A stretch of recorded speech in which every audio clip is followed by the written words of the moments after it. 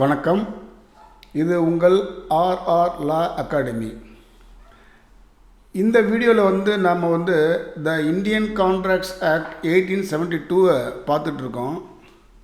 அதில் கான்ட்ராக்ட்ஸ் 1, அதாவது கான்ட்ராக்ட்ஸ் 1 அப்படின்னா செக்ஷன் 1லேருந்து செக்ஷன் 75 வரைக்கும் ஜென்ரல் பிரின்சிபல்ஸ்னு சொல்லுவாங்க. அந்த கான்ட்ராக்ட்ஸ் 1 தான் நம்ம பார்த்துட்ருக்கோம். இது 4வது வீடியோ. ஏற்கனவே 3 வீடியோ யூடியூப்பில் சேனல் இருக்குது. இந்த வீடியோ பார்க்குறதுக்கு முன்னாடி அந்த 3 வீடியோவை போய் பார்த்து வந்தீங்கன்னா இந்த வீடியோ உங்களுக்கு மிக தெளிவாக புரியும். வாங்க இந்த வீடியோவுள்ளே போகலாம். ஜென்ரலாக பார்த்தீங்கன்னா கொஸ்டின் பேப்பரில் எஸ்ஏ டைப் கொஸ்டினில் இந்த மாதிரி ஒரு கொஸ்டினை கேட்டுக்கிட்டே இருக்காங்க. எப்பவுமே இது வந்துகிட்டே இருக்குது. All agreements are not contracts, but all contracts are agreements அப்படின்னு இந்த மாதிரி ஒன்று கொடுத்துட்டு எக்ஸ்பிளைன் அப்படின்னு கேட்குறாங்க. இது எஸ்ஏ டைப்னால பெரும்பாலும் ஒரு 15 மார்க்ஸ் கொஸ்டினில் இது கேட்குறாங்க.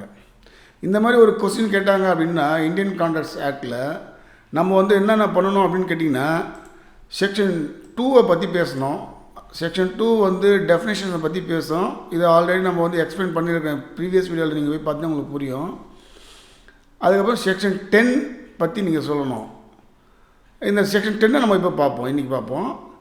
அதேமாதிரி செக்ஷன் 24லேருந்து 30 வரைக்கும் இதை சொல்லிவிட்டு ஒரு லீடிங் கேஸில் ஒன்று பால்ஃபர் வெர்சஸ் பால்ஃபர் அப்படின்னு ஒரு லீடிங் கேஸ்லாம் இருக்குது. அதை நீங்கள் கோட் பண்ணிவிட்டு சொன்னீங்கன்னா அதுதான் இந்த கேள்விக்கான பதில்.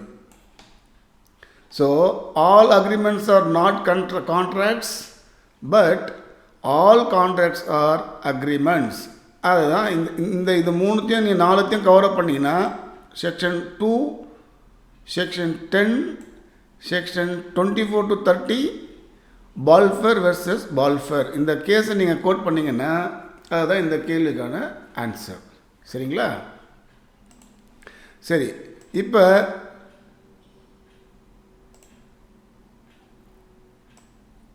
அந்த வீடியோவில் போவோம்.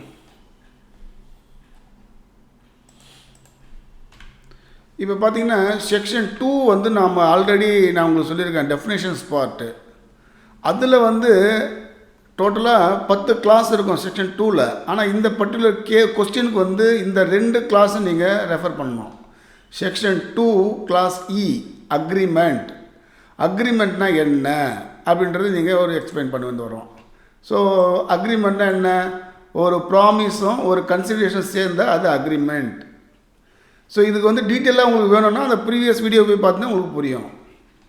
அதுக்கடுத்தது section 2 clause H contract. So agreement enforceable by law, அதுதான் கான்ட்ராக்ட். அதுதான் இதுதான் டெஃபினேஷன் உங்களுக்கு. சரி, ஓகே. இப்போ இதில் பார்த்தீங்கன்னா செக்ஷன் 10 2வது பாயிண்ட் இருக்கு இல்லையா? செக்ஷன் 10 என்ன சொல்லுதுன்னா வாட் அக்ரிமெண்ட்ஸ் ஆர் கான்ட்ராக்ட். எந்த அக்ரிமெண்ட்லாம் கான்ட்ராக்டாக ட்ரீட் பண்ண முடியும்? எல்லா அக்ரிமெண்ட்டுமே கான்ட்ராக்ட்னா இல்லை. அதாவது அக்ரிமெண்ட்டை 2ஆக பிரிச்சுக்கலாம். ஒன்று அக்ரிமெண்ட் என்ஃபோர்ஸபிள் பை லா அப்படின்னா அது என்ன ஆகுது? கான்ட்ராக்டாக மாறிடும். In case agreement does not enforceable by லான்னா என்ன பண்ணுறது? அது அக்ரிமெண்ட்டாக தான் இருக்கும். அது கான்ட்ராக்டாக மாறாது. அது கான்ட்ராக்டாக மாறலைன்னா கோர்ட்டில் போய் நம்ம சூட் ஃபைல் பண்ண முடியாது. இதுதான் விஷயம். அக்ரிமெண்ட்டு என்ஃபோர்ஸபிள் பை லாவாக மாறி கான்ட்ராக்டாக மாறினா தான் நீங்கள் கோர்ட்டில் போய்ட்டு நீங்கள் ரெமெடி தேட முடியும், லீகல் ரெமெடி கேட்க முடியும். ஒரு அக்ரிமெண்ட்டு அதில் என்ஃபோர்ஸபிள் பண்ண முடியாத அளவுக்கு அந்த அக்ரிமெண்ட் இருந்ததுன்னா கோர்ட்டில் அதை அக்செப்ட் பண்ண மாட்டாங்க. அதை கான்ட்ராக்ட்னு ஏற்றுக்கவே மாட்டாங்க. அது பேர் அக்ரிமெண்ட் தான். சரிங்களா? இப்போ இந்த செக்ஷன் 10 என்ன சொல்லுதுன்னா ஒரு 5-6 பாயிண்ட் சொல்லுது. என்னன்னா ஃப்ரீ கன்சென்ட் இருக்கணும். இப்போ ஒரு 2 பேர் அக்ரிமெண்ட் போடுறீங்க அப்படின்னா முழு சம்மதம் அங்கே இருக்கணும். ஒருத்தர் ஏமாற்றியோ இல்லை த்ரெட்டன் பண்ணியோ அச்சுறுத்தியோ பயமுறுத்தியோ வற்புறுத்தியோ அந்த அக்ரிமெண்ட் இருக்கக்கூடாது. ஸோ எப்படி இருக்கணும், ஃப்ரீ கன்சென்ட்டாக இருக்கணும், முழு சம்மதமாக இருக்கணும் அது அப்படின்னு சொல்கிறாங்க. அதுக்கு அடுத்தது என்ன சொல்கிறாங்கன்னா, காம்படென்ட் பார்ட்டிஸாக இருக்கணும். காம்படென்ட் பார்ட்டிஸாக என்ன அர்த்தம், தகுதியான நபர்களாக இருக்கணும். என்ன சார் தகுதி இருக்கணும் அப்படின்னா, அவங்க வந்து ஒரு மேஜராக இருக்கணும், 2 பேருமே மேஜராக இருக்கணும், ரைட்டுங்களா. சவுண்டு மைண்டாக இருக்கணும், அவங்களுடைய மனசு வந்து சரியான மனநிலையில் இருக்கணும். இதுதான் வந்து காம்படிட்டிவ் பார்ட்டிஸ். இப்போ இதெல்லாம் வந்து ஃப்ரீ கன்சென்ட், காம்படிட்டிவ் பார்ட்டிஸ் தனி டாப்பிக்கே இருக்குது, அதுக்கு வந்து டீட்டெயில் நம்ம பார்ப்போம். இது வந்து இந்த பர்டிகுலர் கொஸ்டினுக்காக ஒரு சம்மரிஸை இந்த ஆன்சரை எடுத்துக்கலாம். அதுக்கப்புறம் என்ன சொல்கிறாங்கன்னா, லாஃபுல் கன்சிடரேஷனாக இருக்கணும். லாஃபுல் கன்சிடரேஷனாக என்ன அர்த்தம், சட்டப்பூர்வமான பணமோ பொருளோ பரிவர்த்தனை நடந்திருக்கணும். இப்போ ஒருத்தர் வந்து ஒரு வீடு கொடுக்குறாரு, ஒருத்தர் விற்கிறாருன்னா அவர் கொடுக்குற வீடு கொடுக்கணும், வாங்குறவர் வந்து கேஷ் கொடுக்கணும் இல்லையா, அதுதான் கன்சிடரேஷன். அந்த கேஷ் வந்து லாஃபுல்லாக இருக்கணும், சட்டப்படியான பணமாக இருக்கணும், ஃப்ராடுலண்ட் பண்ணி மோசடி பண்ண பணமெல்லாம் இருக்கக்கூடாது. அதுதான் இது meaning, lawful consideration. Lawful object இருக்கணும். லாஃபுல் நோக்கம் வந்து சட்டப்பூர்வமாக இருக்கணும். ஒருத்தர் ஒரு வீடு விற்கிறாரு, ஒருத்தர் வாங்குறாருன்னா அந்த வீடு என்ன பர்பஸ்க்காக அவர் வாங்குறாருன்னு உங்களுக்கு தெரிஞ்சிருக்கணும். அது வந்து ஒரு ஆப்ஜெக்ட் வந்து கரெக்டாக இருக்கணும். அதில் வந்து இல்லீகல் பிஸ்னஸ் என்ன பண்ணுறதுக்காக அந்த வீடு வாங்குறாருன்னா அதெல்லாம் வந்து அன்லாஃபுல் ஆப்ஜெக்ட். லாஃபுல் ஆப்ஜெக்டாக இருக்கணும், ஓகேங்களா. இன்னொன்று வந்து பார்த்திங்கன்னா, நாட் எக்ஸ்பிரஸ்லி டிக்ளேர்டு வாய்டு. அதாவது வந்து நாட் எக்ஸ்பிரஸ்லி டிக்ளேர்டு வாய்டு அப்படின்னா என்ன அர்த்தம்னா, வெளிப்படையாக செல்லாதுன்னு சொல்லியிருக்கக்கூடாது. சட்டத்தில் ஏற்கனவாச்சும் வெளிப்படையாகவே செல்லாதுன்னு சொல்லியிருந்தாங்கன்னா அதுவும் இங்கே ஏற்றுக்கப்பட மாட்டாது. எக்ஸ்பிரஸ்லி அப்படின்னா வெளிப்படையாக, டிக்ளேர்டு வாய்டுனா அது செல்லாது, வெளிப்படையாக செல்லாதுன்னு சொல்லியிருந்தாங்கன்னா அதுக்கு நீங்கள் ஒரு அக்ரிமெண்ட் போட்டிங்கன்னா அதுவும் இந்த இடத்துல செல்லாது. அது வந்து ஒரு கான்ட்ராக்டாக மாறாது, அது அக்ரிமெண்ட்டாக தான் இருக்கும். திருப்பி ஒரு வாட்டி சொல்கிறேன் பாருங்கள், அக்ரிமெண்ட் வந்து கான்ட்ராக்டாக மாறணும். கான்ட்ராக்டாக மாறினா தான் நீங்கள் வந்து கோர்ட்டில் போய்ட்டு ஒருத்தருக்கு எகென்ஸ்டாக லீகல் ரெமெடி தேட முடியும். அக்ரிமெண்ட்டு கான்ட்ராக்டாக மாறலை அப்படின்னா நீங்கள் கோர்ட்டுக்கு போய் உங்கள் லீகல் ரெமெடி தேட முடியாது. அப்போது அக்ரிமெண்ட் வந்து கான்ட்ராக்டாக மாறணும்னா இந்த செக்ஷன் 10ல் இருக்கிற கண்டிஷன்ஸ் எல்லாமே ஃபுல்ஃபில் பண்ணியிருக்கணும். புரியுதுங்களா. இப்போ பாருங்கள், இன்டென்ஷன் அப்படின்றாங்க. இன்டென்ஷன்னா நோக்கம் சொல்லலாம் இல்லையா, நோக்கம் இருக்கணும். ஸோ இன்னொரு பழமொழி தான் சொல்கிறாங்க டேர்ம்னா, நோ இன்டென்ஷன் நோ கான்ட்ராக்ட். இன்டென்ஷனே இல்லை அப்படின்னா அது கான்ட்ராக்டே இல்லை அப்படின்னு சொல்கிறாங்க. சரி, இப்போ நாட் எக்ஸ்பிரஸ்லி டிக்ளேர்டு வாய்டு அப்படின்னு இருக்கு இல்லையா, அது என்னன்னு பார்ப்போமே.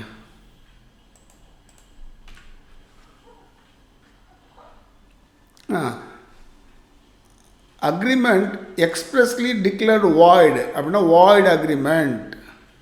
நீங்கள் அக்ரிமெண்ட் போட்டிருக்கலாம், அது வந்து கான்ட்ராக்டாக மாறாது. எதுன்னு கேட்டிங்கன்னா அன்லாஃபுல் கன்சிடரேஷன். ஒருத்தருக்கு பண பரிமாற்றம், ஒரு பொருளை பரிமாற்றம் பண்ணுறாங்கன்னா அது வந்து லாஃபுல்லாக இருக்கணும். கொஞ்சம் அதுக்கு சொன்னேன் இல்லையா, அது அன்லாஃபுல்லாக இருக்கக்கூடாது. இன்னொன்று வேஜரிங் அக்ரிமெண்ட்லாம் இருக்கக்கூடாது. வேஜரிங் அக்ரிமெண்ட்னா என்ன, வேஜரிங் என்ன அர்த்தம், பந்தயம் கட்டுறது, பந்தயம் வச்சு ஒப்பந்தம் போடுறது. இந்த மாதிரி பந்தயம் கட்டினா ஒரு இது நடந்தால் இது பண்ணுவோம், அது நடந்தால் அதை பண்ணோம். அந்த மாதிரி வேஜரிங் அக்ரிமெண்ட்லாம் வந்து அதாவது எக்ஸ்பிரஸ் டிக்ளேர்டு வாய்டு, வெளிப்படையாக அது செல்லாதுன்னு ஏற்கனவே அறிவிச்சாச்சு.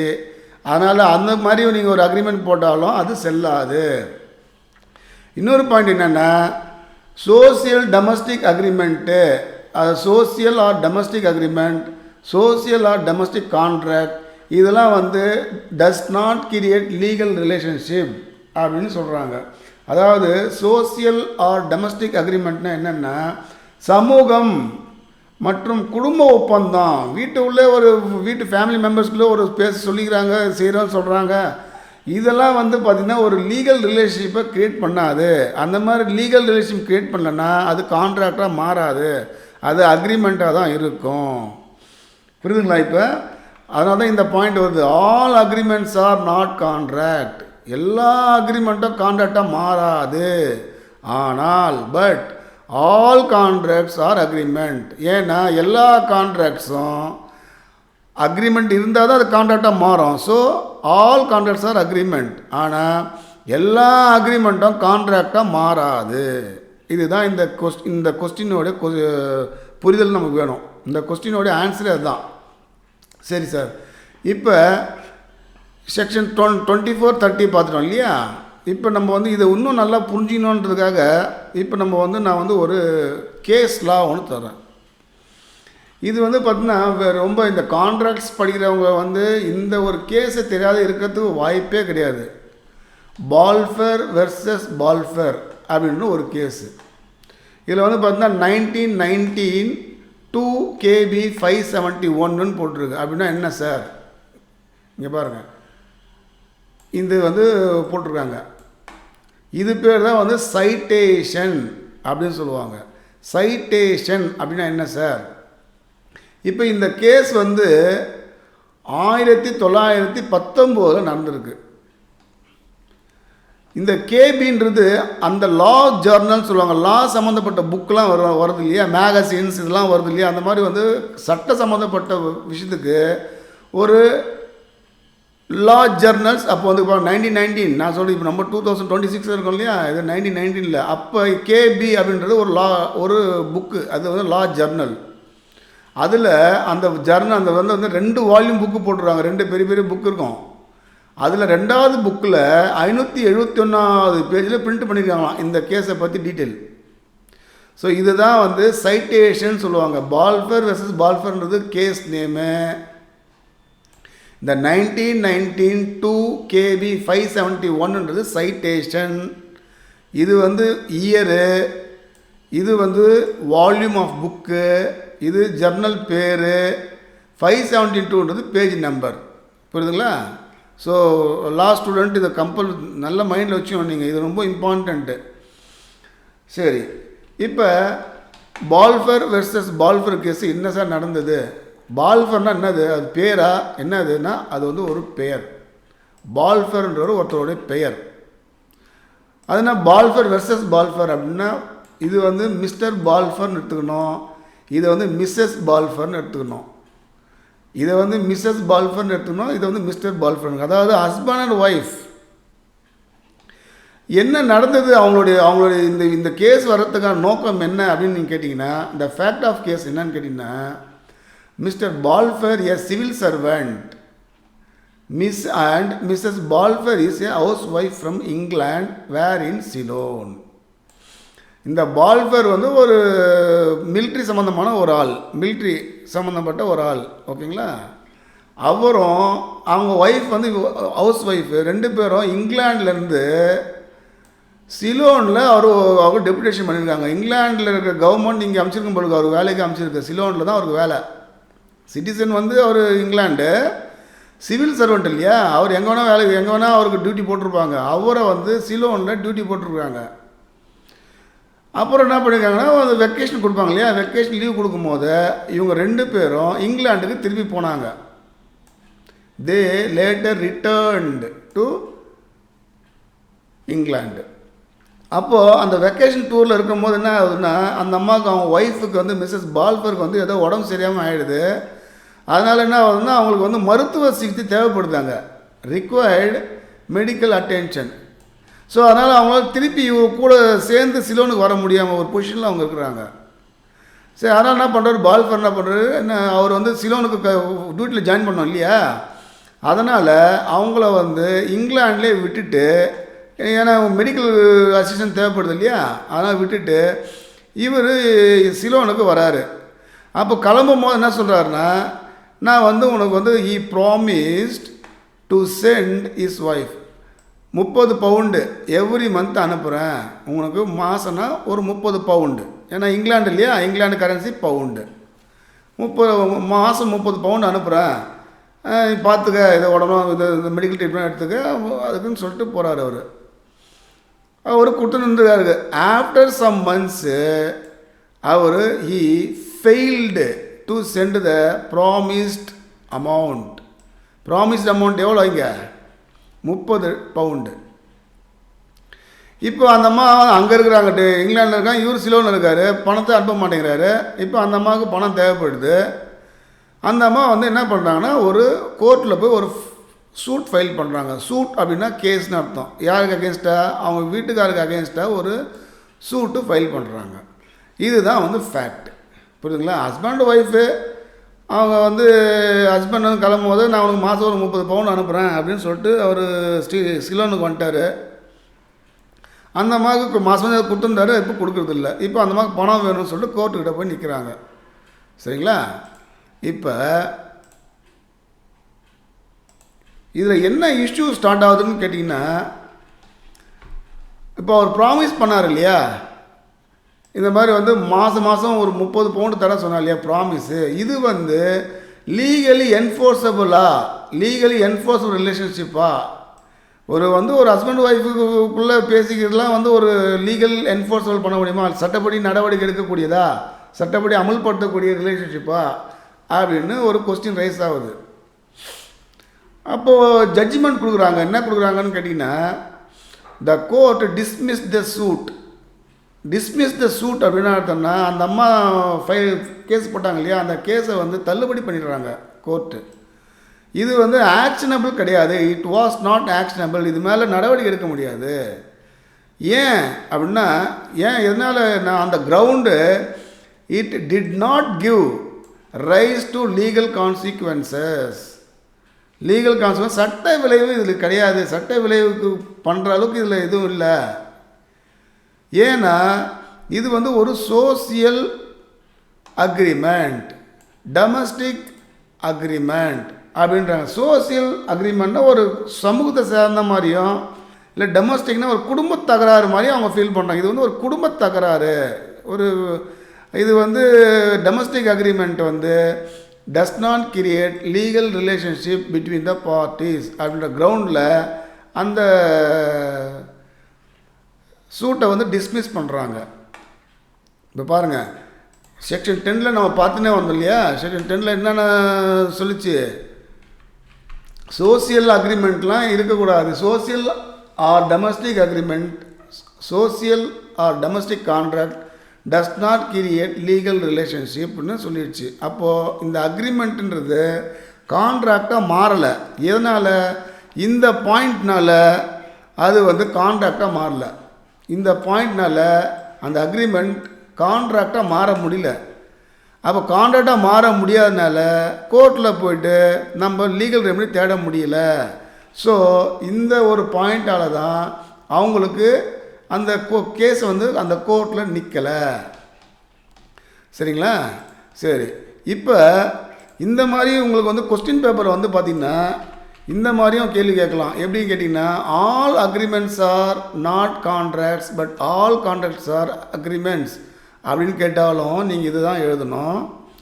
இல்லை பால்ஃபர் வெர்சஸ் பால்ஃபர் கேஸில் என்ன நடந்தது கமெண்ட் அப்படின்னு கேட்டிருந்தாங்கன்னா அதுக்கும் இந்த கொஸ்டின் நீங்கள் ஆன்சர் பண்ணலாம். இல்லை செக்ஷன் 10 என்ன சொல்லுது இந்தியன் கான்ட்ராக்ட்ஸ் ஆக்டில் அப்படின்னாலும் நீங்கள் இதுக்கு வந்து நீங்கள் பதில் சொல்லலாம். இன்னொன்று வந்து பார்த்திங்கன்னா, இந்த மாதிரி வந்து உங்கள்கிட்ட ஒரு கேஸ் லா கூட கொடுக்கறதுக்கு வாய்ப்பு இருக்குது. இங்கே பாருங்கள், உங்களுக்கே ஒரு ஹோம் ஒர்க் நான் ஒன்று கொடுத்துருக்கேன் பாருங்கள். இங்கே இப்போ இதை நீங்கள் பார்த்துட்டு உங்களுக்கு புரிஞ்சிருக்குன்னு நினைக்கிறேன். அதில் ஏ இன்வைட்ஸ் பி. ஏ வந்து பியை வந்து ஒரு லஞ்சுக்கு கூப்பிட்றாரு. அப்போ என்ன அர்த்தம்? ஏ வந்து ஒரு ப்ராமிஸ் பண்ணுறாரு, நான் உங்களுக்கு லஞ்சுக்கு தரேன், நீ வா அப்படின்னு லஞ்சு கூப்பிட்றாரு. ஆனால் அவர் ஏ வந்து லஞ்ச் தரல. Arrange the same, not failed to arrange the same. இப்போ பி வந்து ஏ மேலே கேஸ் போட முடியுமா? இதை நீங்கள் தான் அனலைசிஸ் பண்ணுங்கள். அனலைஸ் பண்ணிட்டு இப்போ நம்ம சொல்லியிருக்க கேஸ் லாவோட கனெக்ட் பண்ணி பாருங்கள். இந்த மாதிரியும் கொஸ்டின்ஸ் உங்கள் கொஸ்டின் பேப்பரில் வரலாம். இந்த மாதிரி ஒரு கொஸ்டின் கேட்டாலும் நீங்கள் எதை கோட் பண்ணணும்?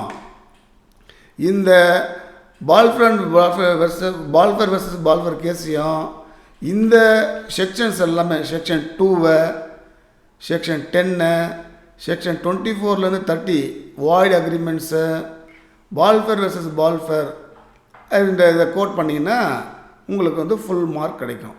சரிங்களா? இன்னும் நீங்கள் டீட்டெயிலாக பார்க்கணுன்னா நீங்கள் வந்து பேர் ஆக்ட் எடுத்து வெரிஃபை பண்ணுங்கள். உங்கள் பேர் ஆக்ட் எடுத்து பார்த்தீங்கன்னா இந்த செக்ஷன் 2 என்ன சொல்லுது, செக்ஷன் 10 என்ன சொல்லுது அப்படின்றது உங்களுக்கு ரொம்ப நல்லா புரியும் உங்களுக்கு. சரிங்களா? சரி, இப்போ நம்ம இன்றைக்கி கொடுத்துருக்குற அந்த ஹோம்ஒர்க்கை பாருங்கள். பார்த்துட்டு நீங்கள் ஒரு டைரியிலையோ உங்கள் நோட் புக்லேயோ ஒர்க் பண்ணி பாருங்கள். இதெல்லாம் வந்து ஒர்க் பண்ணி பாருங்கள். சரிங்களா? ஸோ இந்த வீடியோ உங்களுக்கு பிடிச்சிருக்கும், ப்ளஸ் ஒரு ஹெல்ப்ஃபுல்லாக இருக்கும் ஃபார் ஸ்டூடெண்ட்ஸுக்குன்னு நான் நம்புகிறேன். நன்றி, வணக்கம்.